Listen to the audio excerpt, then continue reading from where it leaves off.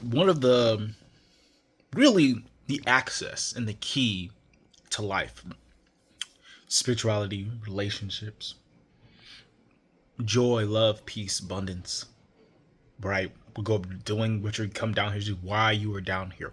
What reason are you born into this world with the position you're in, the situation you come in, how you move forward, why?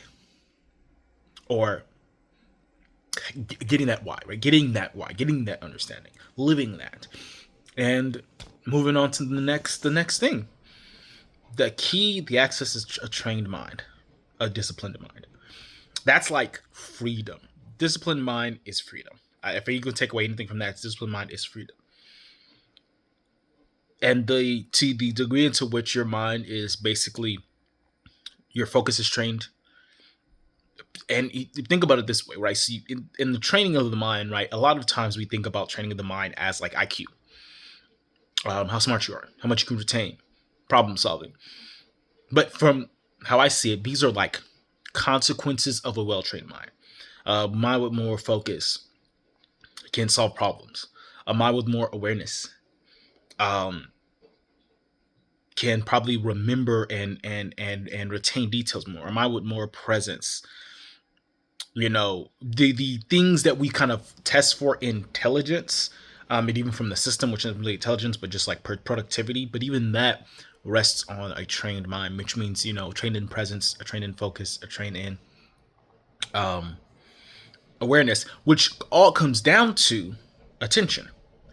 How well you can train your attention, how well you can sift your attention, how well you can hold your attention, how well your attention actually feels like. So I think what people think about attention is people think about attention the way they think about, I don't know, like DNA. So like, how we think about DNA, how we're taught to believe, how we're programmed about DNA is that like for the most part it's out of our control. That the environmental factors that could affect DNA are out of our control. What DNA we get and how it mutates over time, out of our control, right? And therefore, whatever changes that happen to us physiologically, morphologically, or even behaviorally, is basically like stuff that just happens to us. And I think people think about attention in that same way, where either you have a longer attention span or you don't, right? You either have ADHD or you don't. Um, if you ruin your attention span, it's kind of like over. Like if your attention span is fried. So, for example, if you watch like TikToks every single day, 8 hours a day, that actually used to be me. I used to watch TikToks for so many hours that it would get like dark. I used to y'all see this and y'all think I haven't like gone through the stages of consciousness, but I have been in that distracted, low quote unquote vibrational place where I was addicted to a lot of things because I wasn't really dealing with any of like the pain and the trauma and or the things of trying to even go after the things that I wanted from just a regular standpoint. Or if I did it in like so much of a force based way that I would get burned out.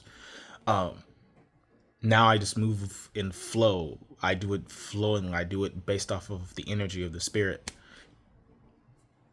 But when you are, for example, that attention span thing, right? And that at that moment, my attention span, like yours, if you watch a lot of short form content, I still do. I still go on TikTok, but just not as much anymore. You may feel like, oh, my attention is fried. That ergo, nothing there I can do. Right? That's how we view attention. Like it's sort of like locked in. And funnily enough, how we view attention is how we often view, in my opinion, life. Right? You have the mindset that everything that happens to you, made some French fries. Everything that happens to you happens sort of outside of your control, and you're a victim of it.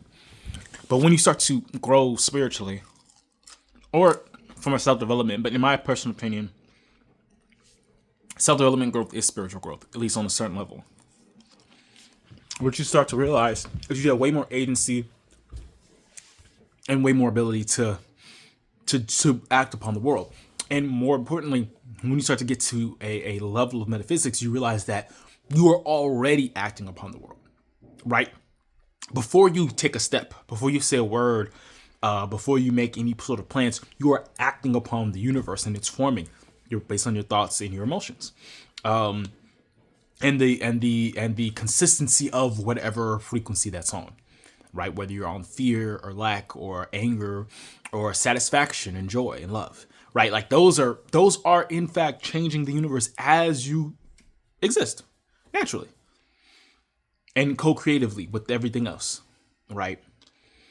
So that's why when I say that like the mind is freedom, is that like that access to that, to be able to have that at will, comes from the disciplining of the mind. That's why all the spiritual traditions at some point in time has some sort of mind like focusing tool. You have the rosary or the prayer beads where you pray or you chant your mantras, the sitting meditations, the asana postures, the chanting, the singing.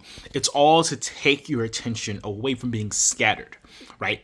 Which is your power being scattered. And therefore the things in your life are scattered, like the consistency in abundance, or the fact that your relationship goes up and down, your health, everything seems to be variant. Everything seems to come in and be good at sometimes and bad at others. That's because if you actually pay attention to your attention is all other things. And especially if you for people who aren't really spiritual, spiritual, they don't really have a decent amount of energy and focus on their internal world.